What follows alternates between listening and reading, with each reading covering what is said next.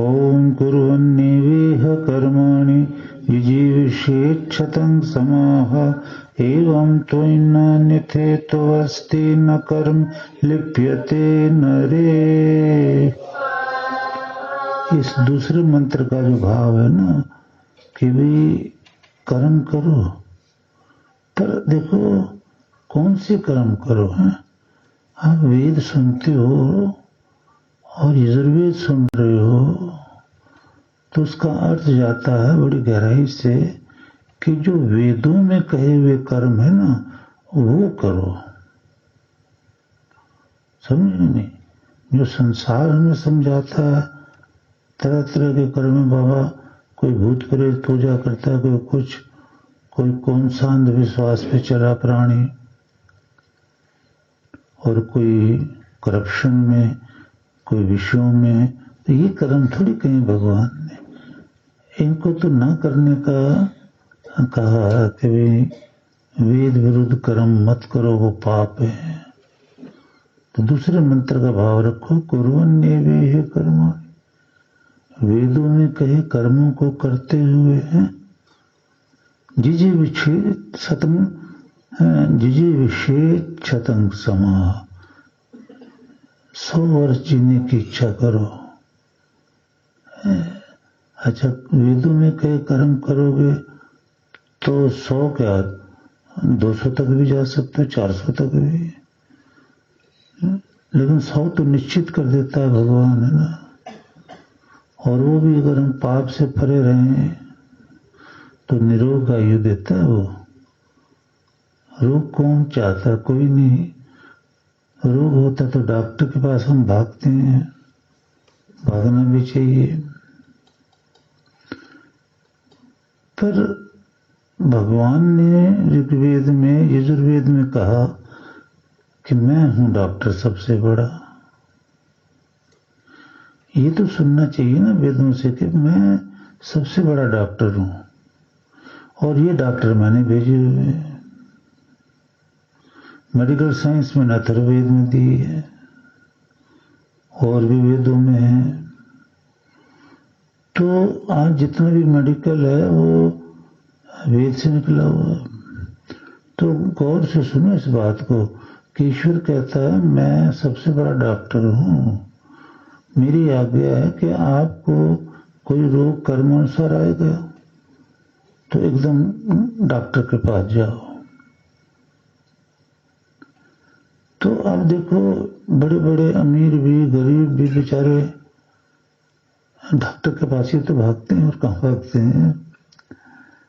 लेकिन जो मैं समझा रहा हूं वो आपको पता नहीं समझ में आ रहा है कि नहीं आ रहा है।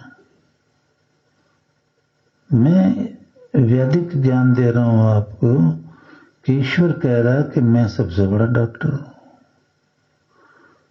तो ये बातें सुनकर एक चीज बनती है कि आप डॉक्टर के तो जाओ, परंतु घर में हवन करके या गायत्री की आहुति डाल के जाओ कि हे प्रभु आप सबसे बड़े डॉक्टर हैं, आपकी आज्ञा से मैं डॉक्टर के पास जा रहा हूं या जा रही हूं। ये चीज जिस जिसमें आती जाएगी उसके रोगों में कमी आती जाएगी, क्योंकि हम भी ईश्वर की आज्ञा से जा रहे हैं। अभी तो किसी को पता ही नहीं इस ज्ञान का, वो अपनी मर्जी से डॉक्टर के जा रहा है, तो फिर कर्म नहीं कटता। और फिर दूसरा है गुरु होना चाहिए, गुरु भी प्रसन्न रहना चाहिए, तो ईश्वर मदद करता है। पर अपनी अकड़ थकड़ में दुनिया रहती है, न गुरु को मानती है न वेदों को मानती है, तो फिर उसका कल्याण कैसे हो। ईश्वर के तो नियम नहीं बदलते ना।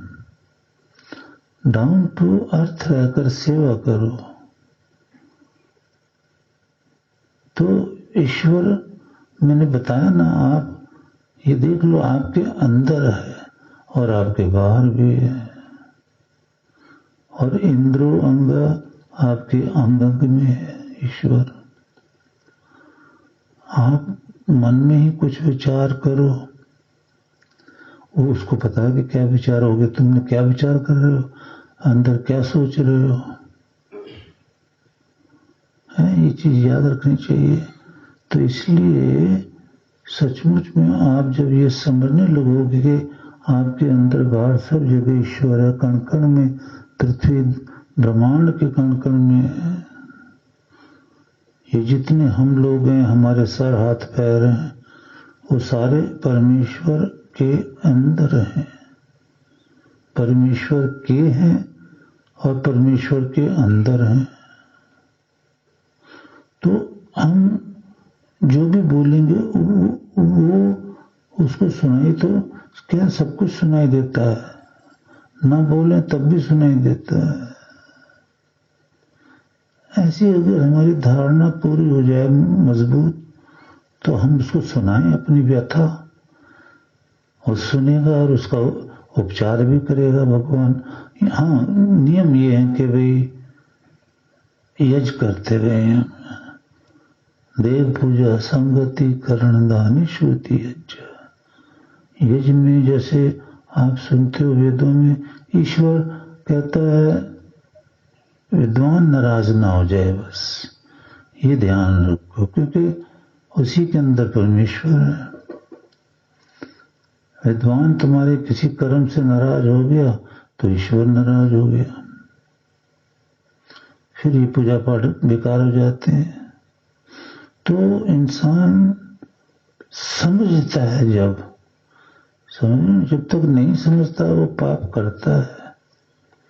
आज जब समझने लगे कि ईश्वर हमारे अंदर बाहर सब जगह हमें देख रहा है, और वो कह रहा है कि यज करो, यानी देव पूजा भी करो, संगतिकरण दान। संगतिकरण तो सबसे बड़ा बताया कि इतनी सेवा भक्ति से गुरु प्रसन्न रहे, तो ईश्वर प्रसन्न रहेगा। आपके अंदर घर में भंडार भर देगा हर चीज का, क्योंकि वो ईश्वर है, और गुरु कृपा होती है, वो प्रसन्न होता है।